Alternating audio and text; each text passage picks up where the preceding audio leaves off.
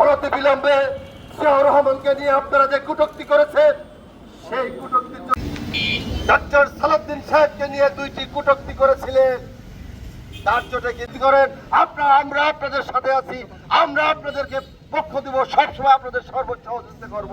তার মানে আপনারা বাচ্চা ছেলে, আমরা আপনাদেরকে কিন্তু রাজপথেই থাকি, আমরা দেশের গণতন্ত্রের জন্য যুদ্ধ করি, আমরা দেশের মানুষের জন্য।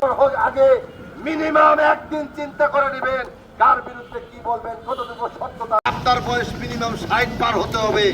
আমি বিশ্বাস করি আমরা যখন এসএসসি রহমানকে নিয়ে কথা বলার মতো স্পর্ধা রাখবেন না।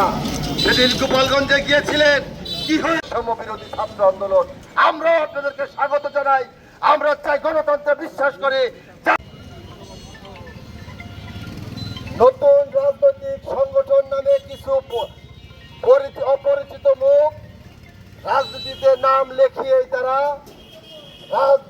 পুরাতন আজকে 46-45 বছর ধরে যে রাজনৈতিক সংগঠন এই দেশে রাজনীতি করে আসছে, সেই দলের নেতৃবৃন্দকে নিয়ে যারা কটূক্তি করে, আমি বলতে চাই তাদের এখনো রাজনীতির অবজ্ঞায় তাদের মধ্যে আসে নাই।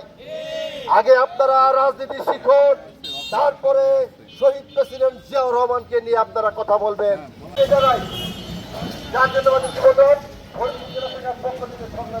উপস্থিত জেলা বিএনপির সাবেক সফল সদস্য সৈয়দ মাসুদ রানা, সহসভাপতি বিশিষ্ট সাংবাদিক ইব্রাহিম হোসাইন উপস্থিত, উপস্থিত ফরিদপুর জেলা ছাত্র দলের বিপ্লবী প্রচার সম্পাদক মহিদুল ইসলাম শরৎ, আরিফ বকুল ভাই উপস্থিত, ফরিদপুর জেলা যুব দলের তুহিন ভাই উপস্থিত আছেন, জাতীয়তাবাদী সাংস্কৃতিক উপস্থিত জাসাস ফরিদপুর জেলা শাখার বিপ্লবী আহ্বায়ক।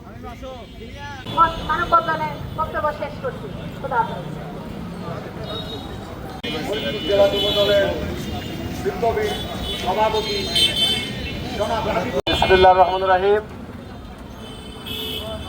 জাতীয়তাবাদী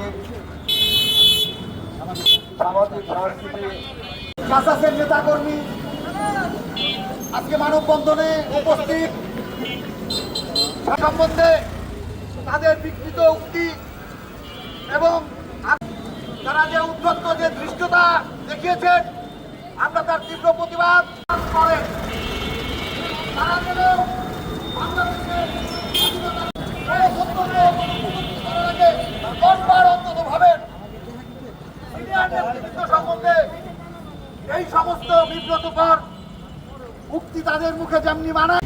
আমরা পরিষ্কারভাবে বলতে চাই, আপনাদের এই উদ্ধত্ত আচরণ, আপনাদের এই আজকে দেশে যে ফ্যাসিজমের নতুন করে সুযোগ করে দিয়েছেন,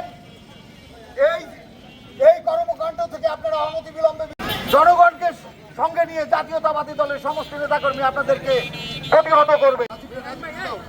জাতীয়তাবাদী শাহেদা বেগম কিছু বলবেন?